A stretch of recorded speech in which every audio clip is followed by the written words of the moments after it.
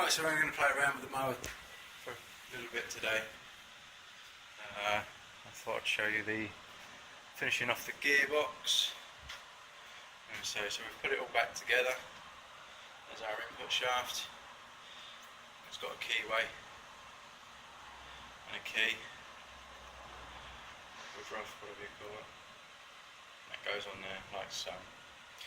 It's still got its circlip at the bottom. That's good in time. Right, so now how to make your normal garden tractor go fast. Well, we changed the pulleys, and that's it.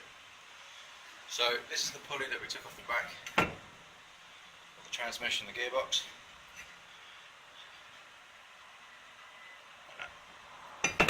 And what we're going to do is we've got to purchase an SPA pulley.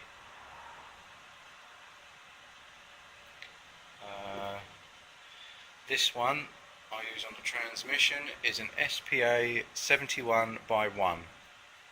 Basically that's 75 in diameter. The A is just as it's for an A rated belt, which is the belt that it would normally run on anyway. So that goes on there, but you need what is known as a taper lock bush. This. That fits inside of the SPA pulley, like so. And then you get 2 grub screws with it, which either side,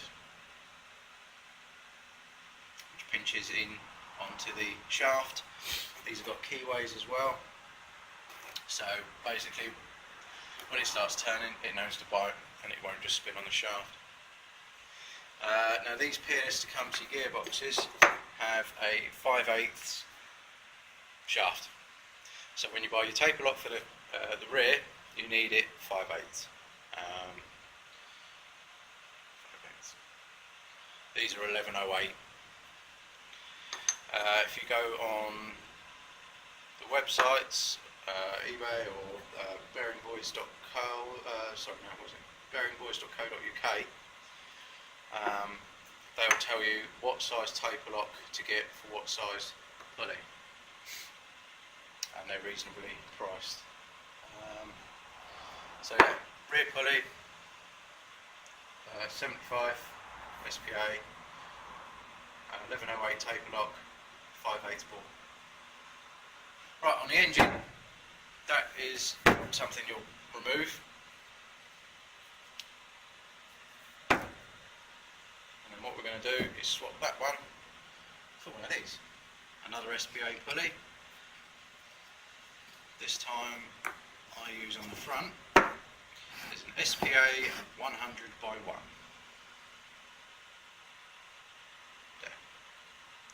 The 1610 is an indicator which size taper lock you need.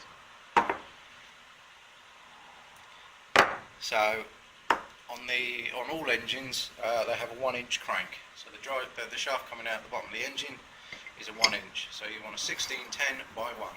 Simples. And again, comes with grub screws and a keyway. And all you do is put some lovely lube on it. Put it on the drive shaft, get it absolutely dead in line with the rear, and then you need to find a belt that fits. And then when we come to it, I'll show you the maths of how to calculate what size belt you need. Yeah, so this is where we get our gearing from in racing mowers.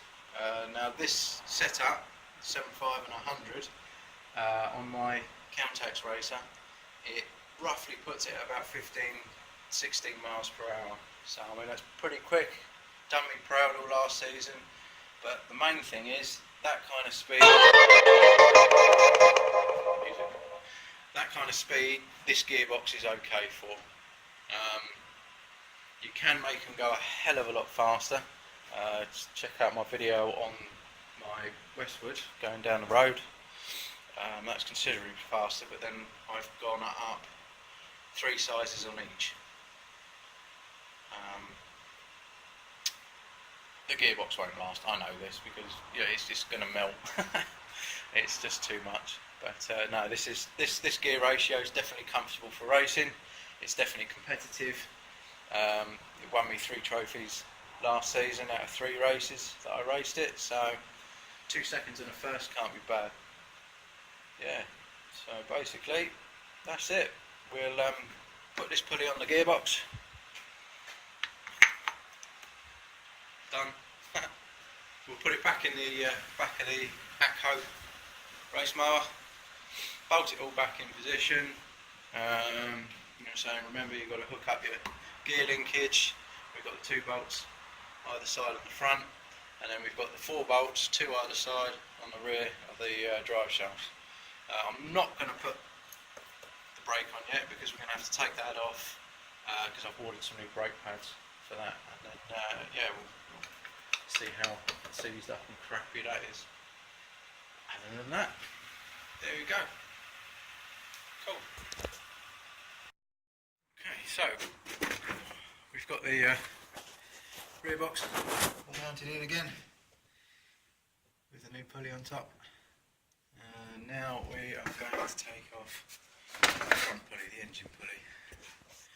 Now this is a pain in the arse. If you've got an old mower, it's going to be incredibly tough, and it's going to be a proper shit job. Underneath, we've got 16mm bolt.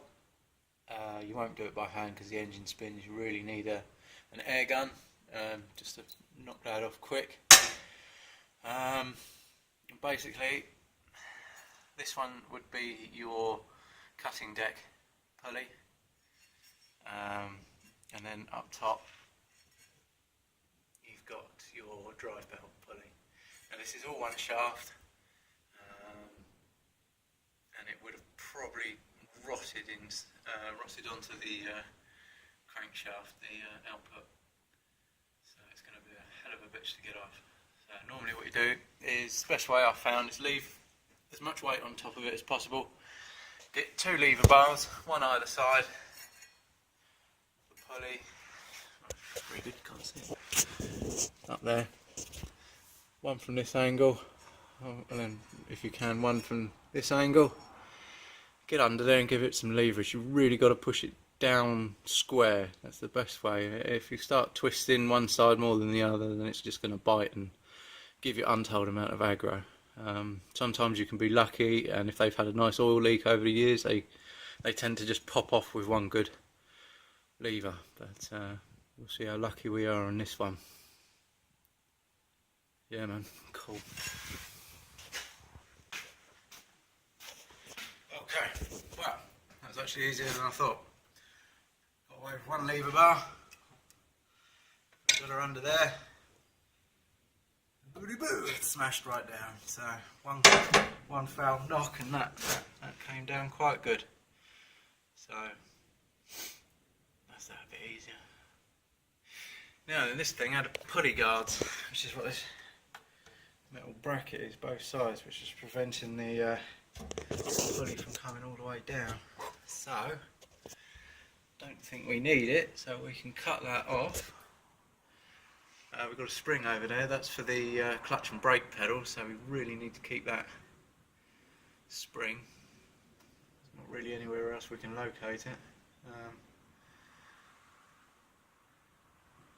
Unless we put a bolt in the chassis facing downwards for that to hook around, so there you go. Not too bad. And then when we put the new pulley on, these angled bits, the old pulley guides, we're going to have to cut those off at the chassis, right up there, so we can get the new belts on and the new pulleys on, because I think that's probably going to be touching it. But ain't too bad. Cool. Okay, so we put our SPA 100 with a 1-inch taper lock on the front. That's mounted up there, measured it out, and the belt guide there that we said we might have to cut off, we can actually leave in place. Basically. Right, so now then we've got our rear pulley. Basically these two pulleys need to be in great alliance, because if they're slightly out, the belt will throw, and then obviously you've got pain in the arse. So one easy way of checking it I do is I use a socket and go up until you find the right size socket that you can fit between